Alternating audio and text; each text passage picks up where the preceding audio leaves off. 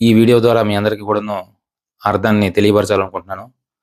ఆ శ్లోకం ఏంటంటే, ఓం సహనావవతు సహనో భువత్తు సహ వీర్యం కరవావహై తేజస్వినావధీతమస్తు మా విద్విషావహై ఓం శాంతి శాంతి శాంతి. ఇది తైత్రయ ఉపనిషత్తులోని ఒక శ్లోకం. దీని యొక్క అర్థం ఏంటంటే, ప్రతి పదాన్ని కూడా మీకు విడమర్చి చెప్తాను. ఓం సహనావవతు అంటే, ఓ ఈశ్వర, మేమందరం కూడా కలిసిమెలిసి ఉంటాం, మేమందరం కూడా ఒకరికొకరం సహాయం చేసుకుంటాం, మేమందరం కూడా ఒకరికొకరం రక్షించుకొని జీవిస్తాం అని ఈ పదం వివరిస్తుంది. చూడండి ఎంత గొప్పగా ఉందో. మన భారతదేశంలో అయితే ఇటువంటి మనం వింటాం.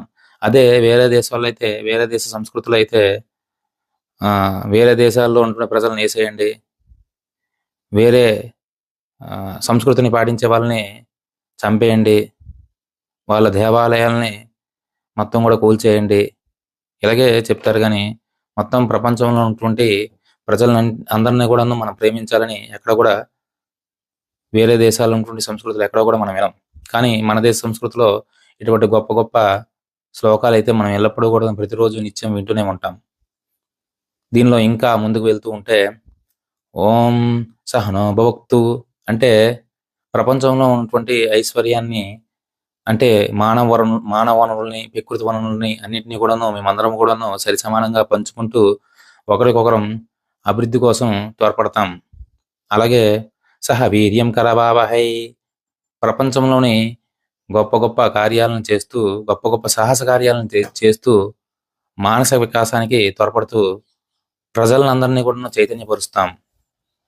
అలానే తేజస్వినావధీతమస్తు అంటే ప్రపంచంలోని గొప్ప గొప్ప కార్యాలని, అంటే ప్రపంచ ఖ్యాతిని గడించే విధంగా గొప్ప గొప్ప పరిశోధనలు చేస్తూ ప్రపంచాన్ని పురోగతికి మేమందరం కూడా తోడ్పడతాం. అలానే మా విద్విషావహై అంటే ఒకరికొకరం ద్వేషించుకోకుండా ఐకమత్యంతో కలుస్తూ ఐకమత్యంగా ఎప్పుడు కూడా జీవిస్తూ ఉంటాం అని ఈ యొక్క శ్లోకానికి అర్థం. చూడండి ఎంత గొప్పగా ఉందో ఈ శ్లోకం. మన బ్రాహ్మణులు ఎప్పుడు కూడా నిత్యము ఇటువంటి శ్లోకాలని ఎప్పుడు కూడా పూజల ద్వారా మనకి తెలియపరుస్తూ ఉంటారు. అయితే వీటి అర్థాలను అయితే చెప్పరు, కానీ వీటి మన పూజారులు చదివేటువంటి ఆ మంత్రాల యొక్క అర్థాలు అతీతంగా ఉంటాయి అన్నమాట. చాలా గొప్పగా ఉంటాయి అన్నమాట. ప్రపంచ మానవాళి కోసం ఎల్లప్పుడూ కూడాను ఈ బ్రాహ్మణులు ఎప్పుడూ కూడాను పూజ చేస్తూ వాళ్ళ సౌఖ్యాన్ని, వాళ్ళ యొక్క ఆనందాన్ని ఎల్లప్పుడూ కూడా కోరుకుంటారు. కానీ ఈ కుహ్నా మేధావులు, మన భారతదేశంలో ఈ కుహ్నా మేధావులు ఏం చెప్తున్నారో విన్నారా మీరు ఎప్పుడైనా?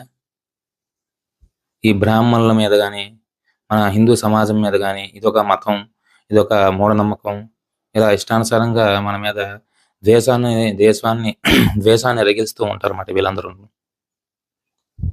కానీ మనం మాత్రం ఎప్పుడు కూడాను వాళ్ళ యొక్క సుఖాన్ని మనం కోరుకుంటాం. ఇది ఈ దేశ సంస్కృతి యొక్క గొప్పతనం. అంతేకాదు, ఈ నాస్తికులు అప్పుడప్పుడు సభలు పెడుతూ ఉంటారు. ఏనాడైనా సరే ఈ వాళ్ళని మనం ప్రేమిద్దాం అని ఎప్పుడు కూడా చెప్తారా? చెప్పరు. ఎప్పుడు కూడాను అయ్యప్ప స్వామి భక్తుల గురించి కానీ, లేకపోతే రామ భక్తుల గురించి కానీ అపహాస్యంగా మాట్లాడుతూ, ఆ సభల స్టేజ్ మీద ఒక్కొక్కడు ఇష్టానుసారంగా మాట్లాడుతూ, స్టేజ్ కింద ఉన్నటువంటి ఆ విద్యార్థులను, లేకపోతే కుర్రోళ్ళను అందరినీ కూడాను ఈ దేవుణ్ణి నమ్మేటటువంటి వాళ్ళపై వీళ్ళు ఎప్పుడు కూడాను వ్యతిరేక భావంతో మాట్లాడుతూ వాళ్ళలోని ఒక అపహాస్య భావాన్ని ఇంజెక్ట్ చేస్తూ ఉంటారు అన్నమాట. ఏనాడైనా సరే అందరిని ప్రేమించని ఈ నాస్తికులు అని చెప్పారా?